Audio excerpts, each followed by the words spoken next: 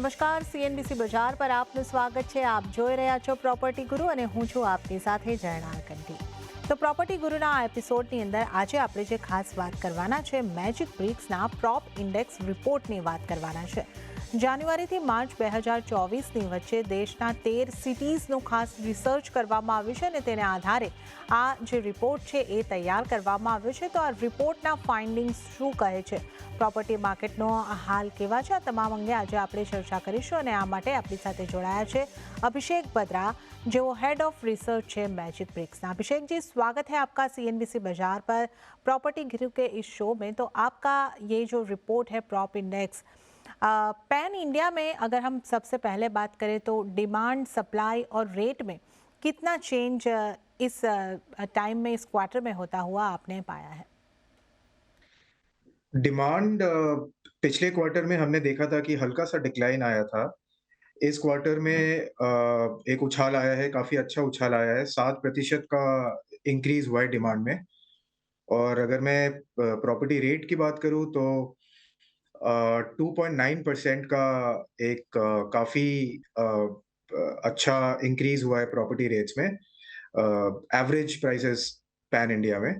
और अगर मैं वाई-ओ-वाई एप्रिसिएशन की बात करूँ तो 22.3% का इंक्रीज़ हमें देखने को मिला इस क्वार्टर में।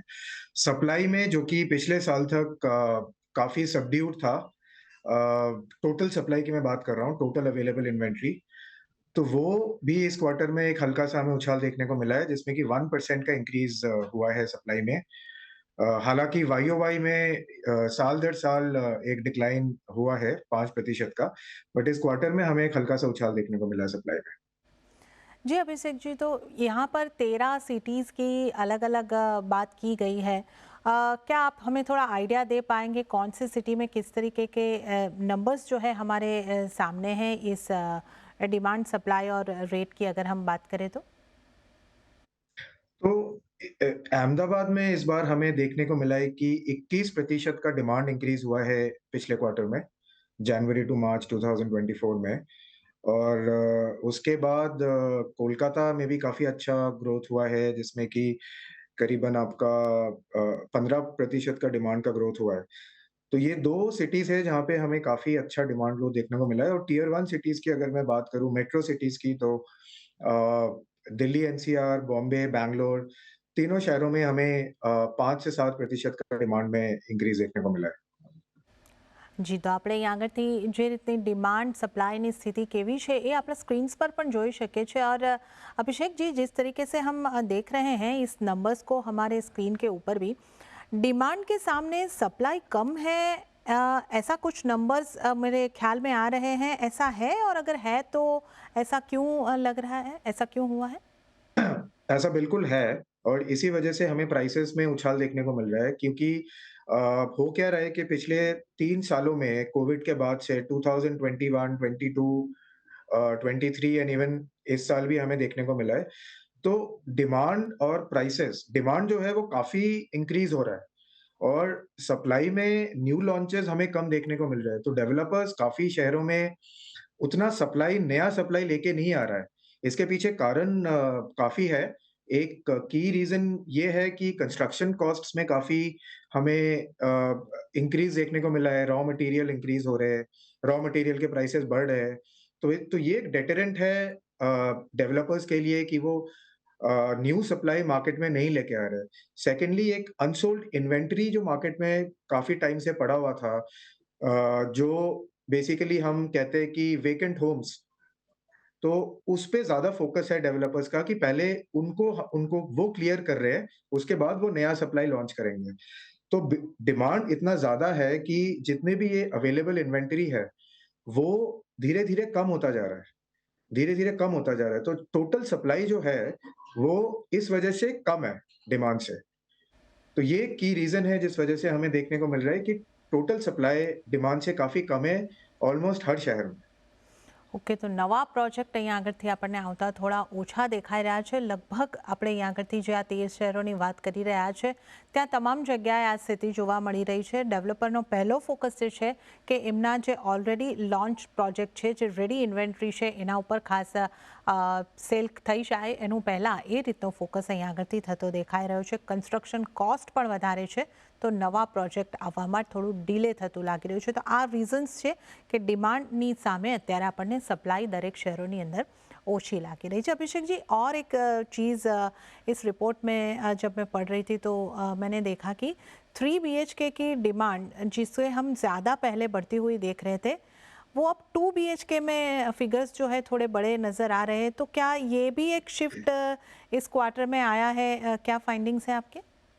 हाँ जी, बिल्कुल। ये बहुत इम्पोर्टेंट एक ट्रेंड है क्योंकि थ्री बी हमने ये देखा था पिछले 2 सालों से हम देख रहे हैं कि लार्जर अपार्टमेंट्स का डिमांड बढ़ रहा था। 3 बीएचके भी काफ़ी डिमांड में था, ऑलमोस्ट सारे टियर 1, टियर 2 सिटीज़ में भी। बट इस क्वार्टर में हमने देखा कि 2 बीएचके के लिए जो सर्चेज़ है, वो काफ़ी ज़्यादा है इन टर्म्स ऑफ 3 बीएचके और ये एक सडन शिफ्ट है। बट इसके पीछे जो कारण है, वो एकदम से मतलब ये सडनली नहीं हुआ है। इसे हम स्पिल ओवर इफेक्ट कहते हैं रियल एस्टेट में, जिसमें कि एक बायर जो पिछले साल 3 बीएचके अफोर्ड कर पा रहा था या उसके बजट में 3 बीएचके था, उसका बजट ऑलमोस्ट उतना उतना ही है जितना 1 साल पहले था।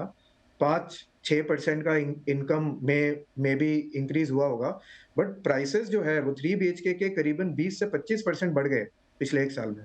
तो वो काफ़ी बायर्स के लिए आउट ऑफ बजट हो गया है।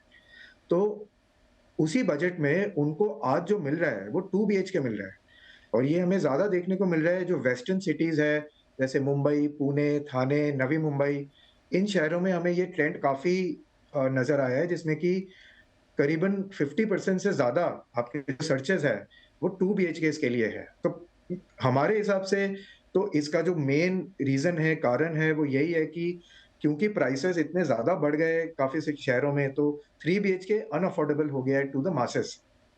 This is one of the main reasons why 2 BHK is back in demand.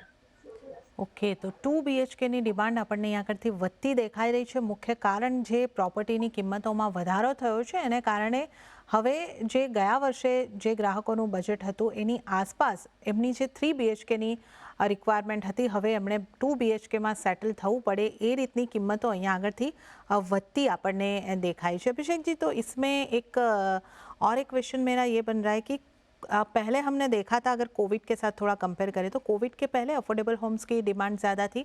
Covid के बाद हमने देखा था कि लग्जरी और स्पेशियस होम्स की डिमांड बढ़ी थी. वापस ट्रेंड चेंज होके अफोर्डेबल होम्स पे आ रहा है, ऐसा कुछ आपको लग रहा है?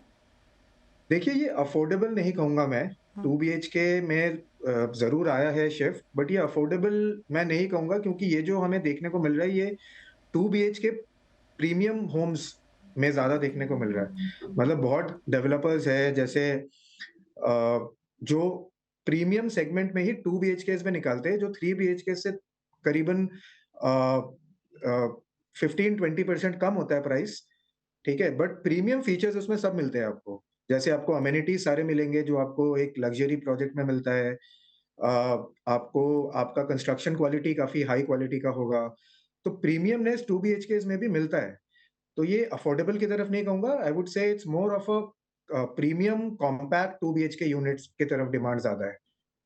તો પ્રીમિયમ ઘરોની ડિમાન્ડનો જે ટ્રેન્ડ છે એ હજી યથાવત છે, પણ પ્રાઇસ ઇન્ક્રીઝ જે થયો છે એને જોતાં 2 BHKના હાઈ એન્ડ ઘર જે છે એની ડિમાન્ડ આપણને અહીં આગળથી વધતી દેખાઈ રહી છે જો આપણે 3 BHKની સાથે કમ્પેર કરીએ તો.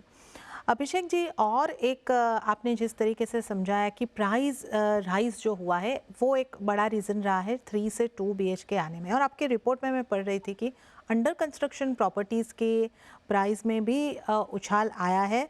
वाई अगर देखें तो 30% के आसपास.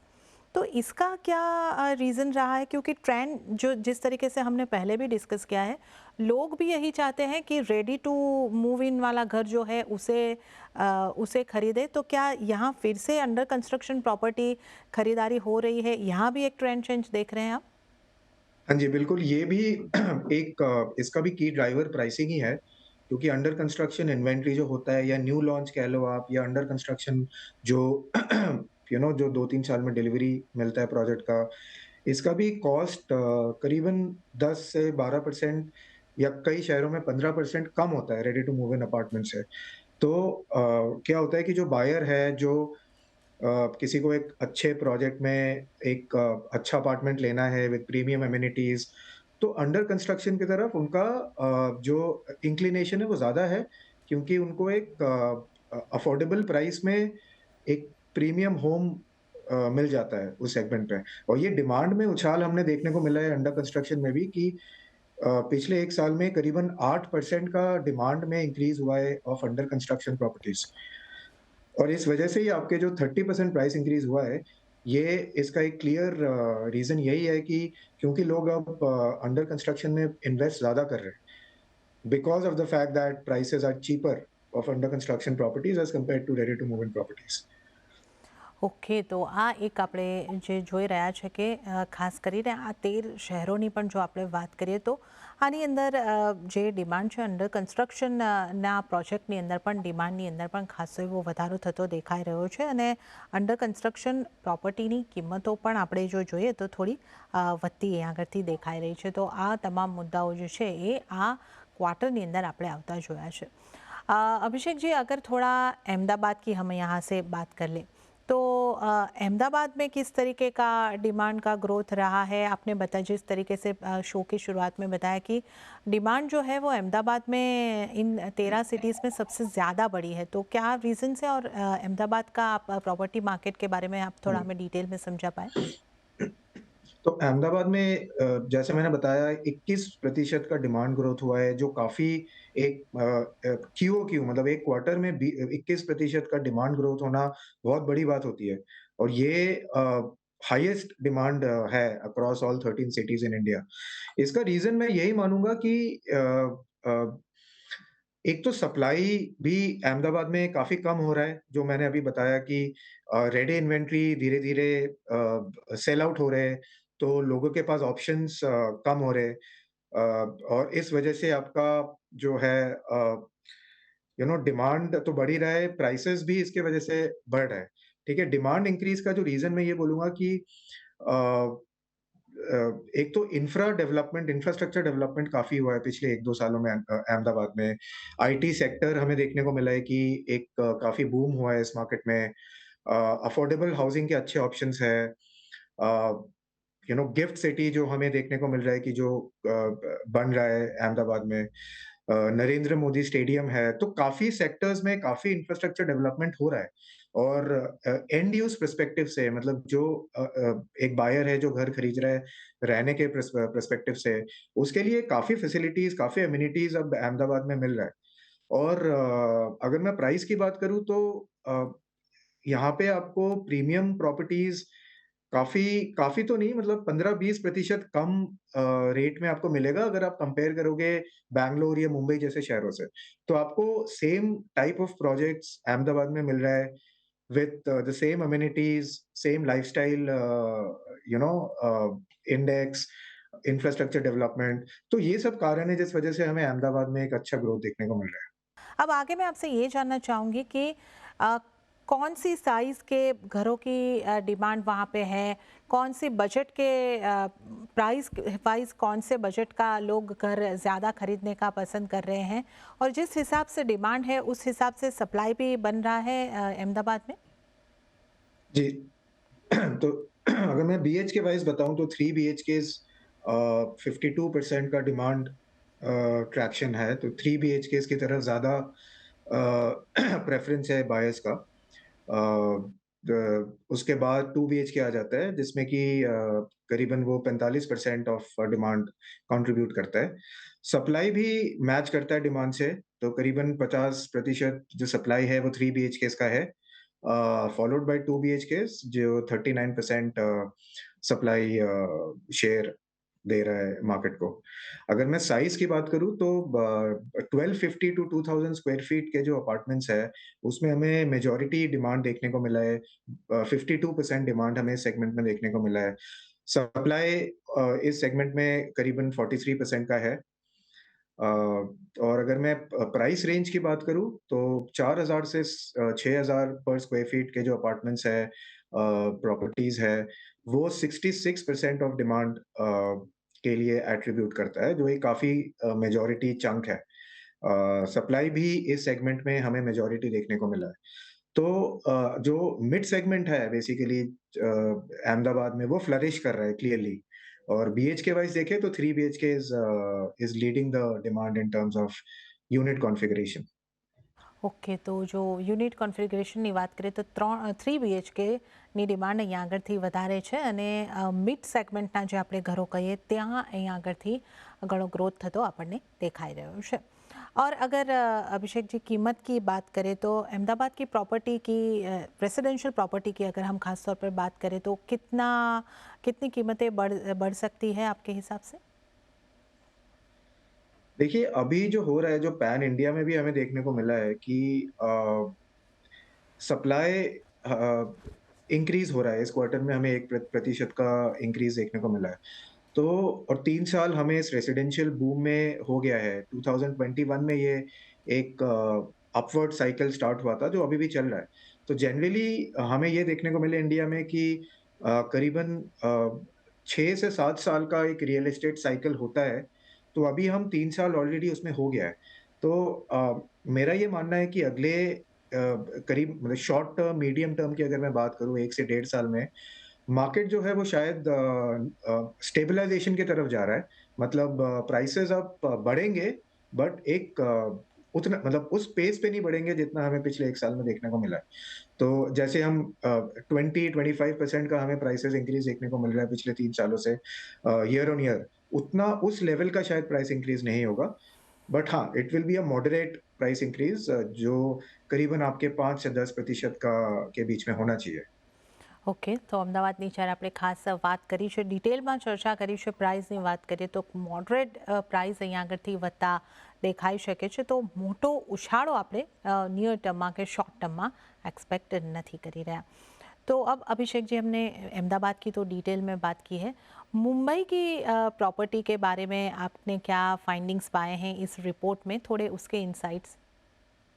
ये मुंबई अभी काफ़ी एक तरीके से मैं स्टेबल कहूँगा, क्योंकि मुंबई में डिमांड पिछले 2-3 क्वार्टर से हम देख रहे हैं कि 3 से 4% ही बढ़ रहा है क्वार्टर ऑन क्वार्टर। तो बहुत ज़्यादा डिमांड में उछाल नहीं आ रहा है। सप्लाई भी एक तरीके से स्टेबल ही है, मतलब बहुत डिक्लाइन भी नहीं है और इंक्रीज़ भी नहीं है। और प्राइसेज़ भी आपका करीबन 5 से 6% के बीच में हमें देखने को मिला है कि इंक्रीज़ हो रहा है पिछले दो, और ये 2-3 क्वार्टर से हो रहा है। इस क्वार्टर में भी हमने देखा है कि 5% ही बढ़े प्राइसेज़, डिमांड में 3.1% का इंक्रीज़ हुआ है और सप्लाई में 1% का हमें डिक्लाइन देखने को मिला है क्वार्टर ऑन क्वार्टर मुंबई में।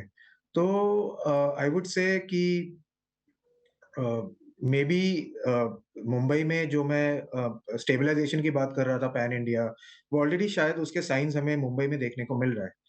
तो एंड आई एम अज्यूमिंग कि ये कंटिन्यू होगा अगले एटलीस्ट 1 डेढ़ साल तक, यही एक्सपेक्टेड है कि ऐसा रहेगा।